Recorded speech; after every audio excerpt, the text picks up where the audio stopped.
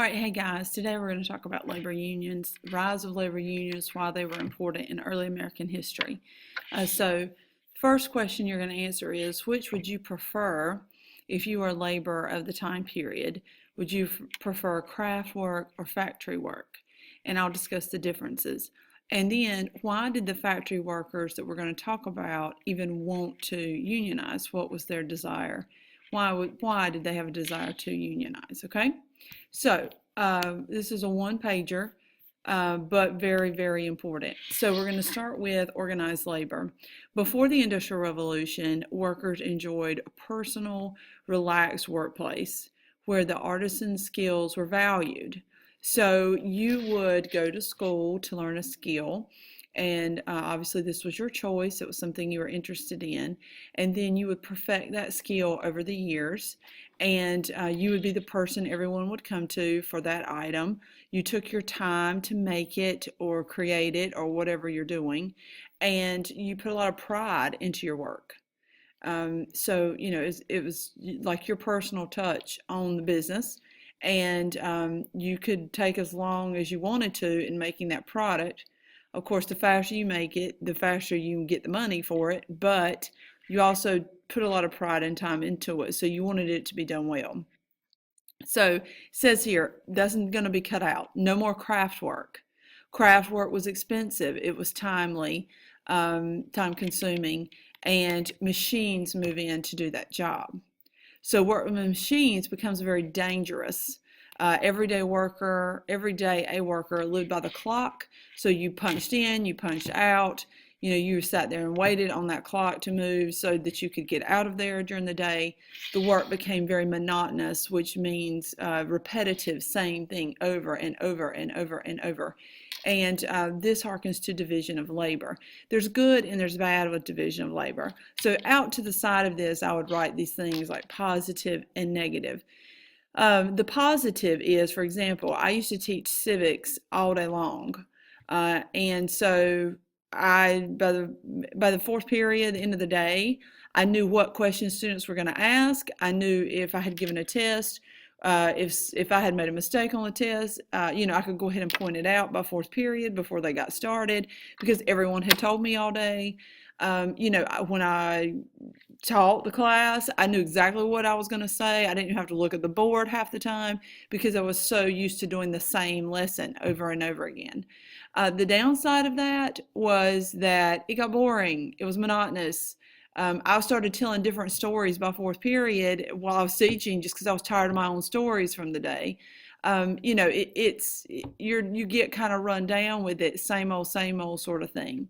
So that's what factory is going to bring, except different from my story, a lot of danger as well with the machinery. Management, which is the boss, could use the following tactics against the workers during this time.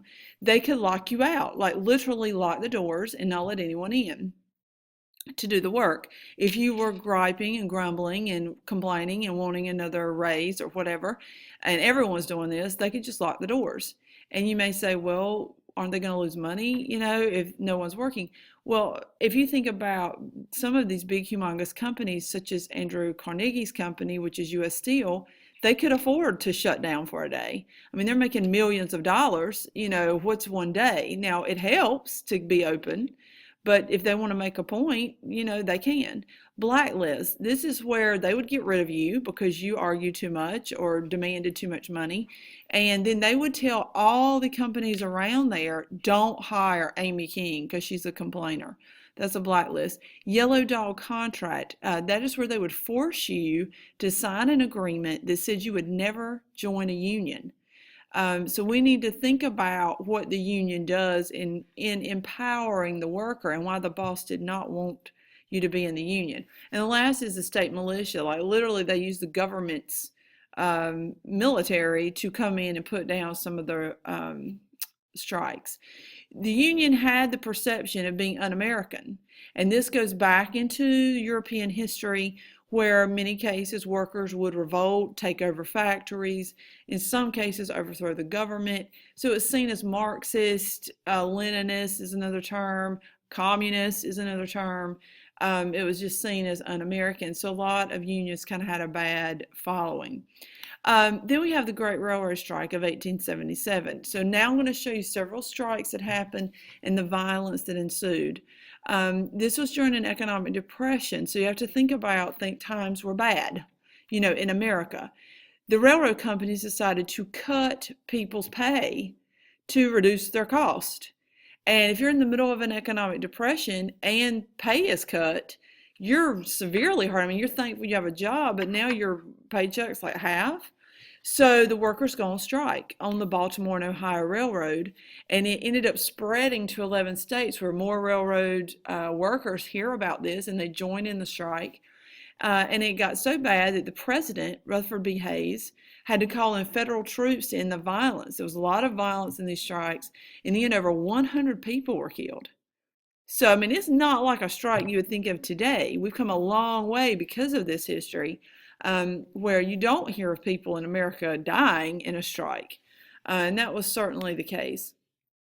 Knights of Labor, you need to know they are the first national labor union organized in 1869, open to anyone. They wanted to make the worker the boss. So like take over the factory, which was not very reasonable. They wanted to get rid of child labor, which is great. I mean, that's a good thing to do. But they also wanted to get rid of trusts and monopolies, which during this time period is all there is. So, their ideas were too lofty, probably not going to happen. So remember Knights of Labor as our top dog there. Let me stop for a second and show you some different examples. Here's craft work. You see the little boy learning how you take your time to learn the skill, whereas factory work, you see all these people sitting at machines working. This happens to be women working at machines all day long. Division of labor, here's another one showing that one person does one task all day long, which becomes very monotonous. The Great Railroad Strike I was just talking about, a good depiction of that. Look at all these people trying to stop the train from moving. Okay, so now we are to Haymarket Square. And Haymarket Square, 80,000 knights and 200 anarchists were marching in favor of an 8-hour day. So they're going to meet up to protest. Now I brought with me some Playmobil to demonstrate if I can see them all.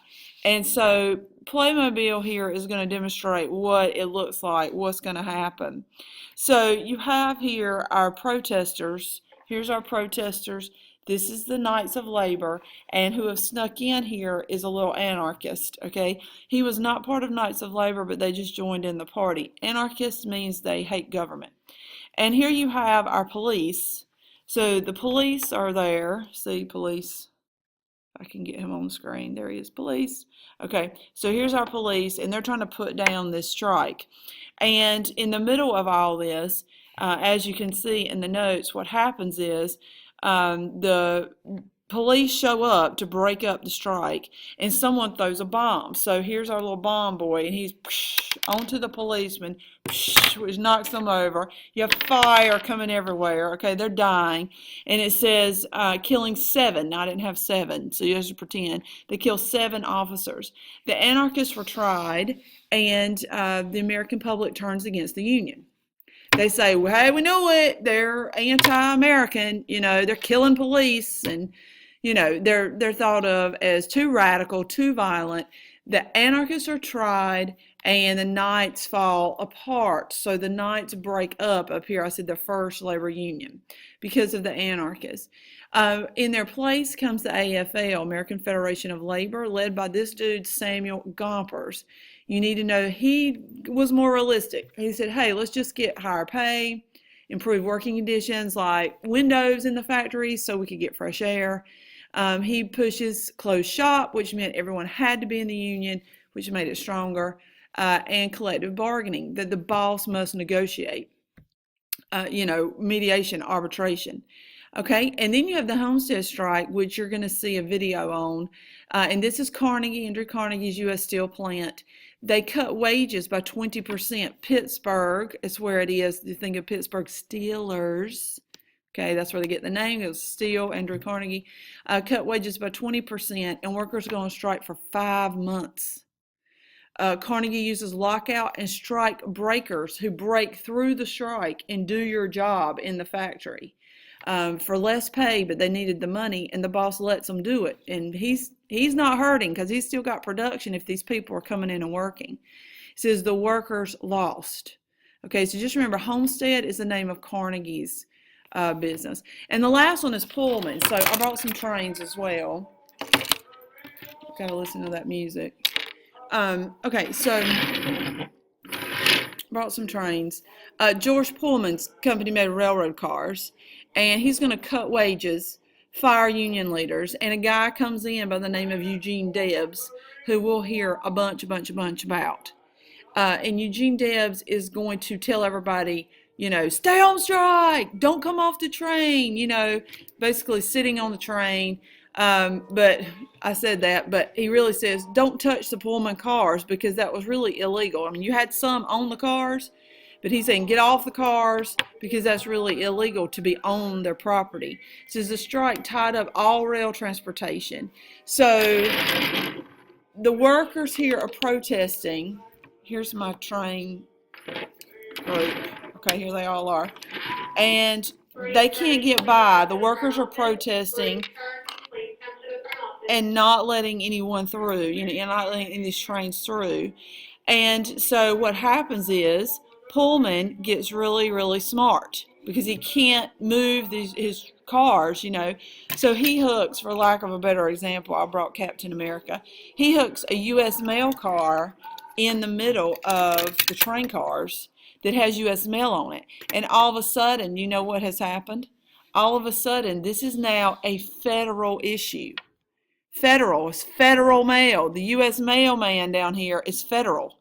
So now that he's done that, Grover Cleveland brings in the army, right, and removes these strikers, and now the train can keep going, okay, with the mail cars. So basically an injunction is issued saying that all workers must return to work, and Debs is arrested along with the others, okay? The workers lose. Workers lose.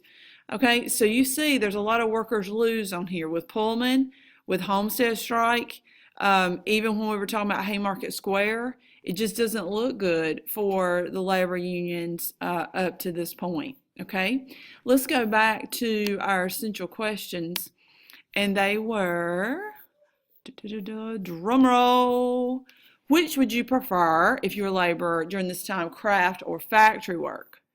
I mean, I don't much see how you could say factory. It was bad. They were at work in terrible conditions. It smelled bad. It was hot. You worked by the clock. And guys, this was before the 8-hour day. So you're working 12, 14 hours, very few breaks.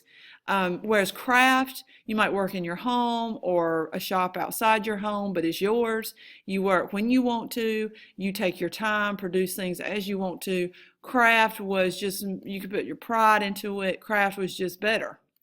Why do the factory workers want to unionize? Well, obviously because they're being treated so terribly. They're not being paid like they should. They're not given breaks like they should. The conditions are awful. It smells. It's hot. It's just miserable. So, they want to unionize because the union brings power. If they can collectively work together, remember over here with collective bargaining, if they can bring in collective bargaining, if I can find it, here it is, with Samuel Gompers, that means the boss must negotiate. He has to give in some. So they wanted a closed shop where it's closed, everyone's in the union. And so that gives you a lot more power if that's the case, okay? All right, so I'm done with this. You need to go back and do your summaries and make sure you've answered those essential questions.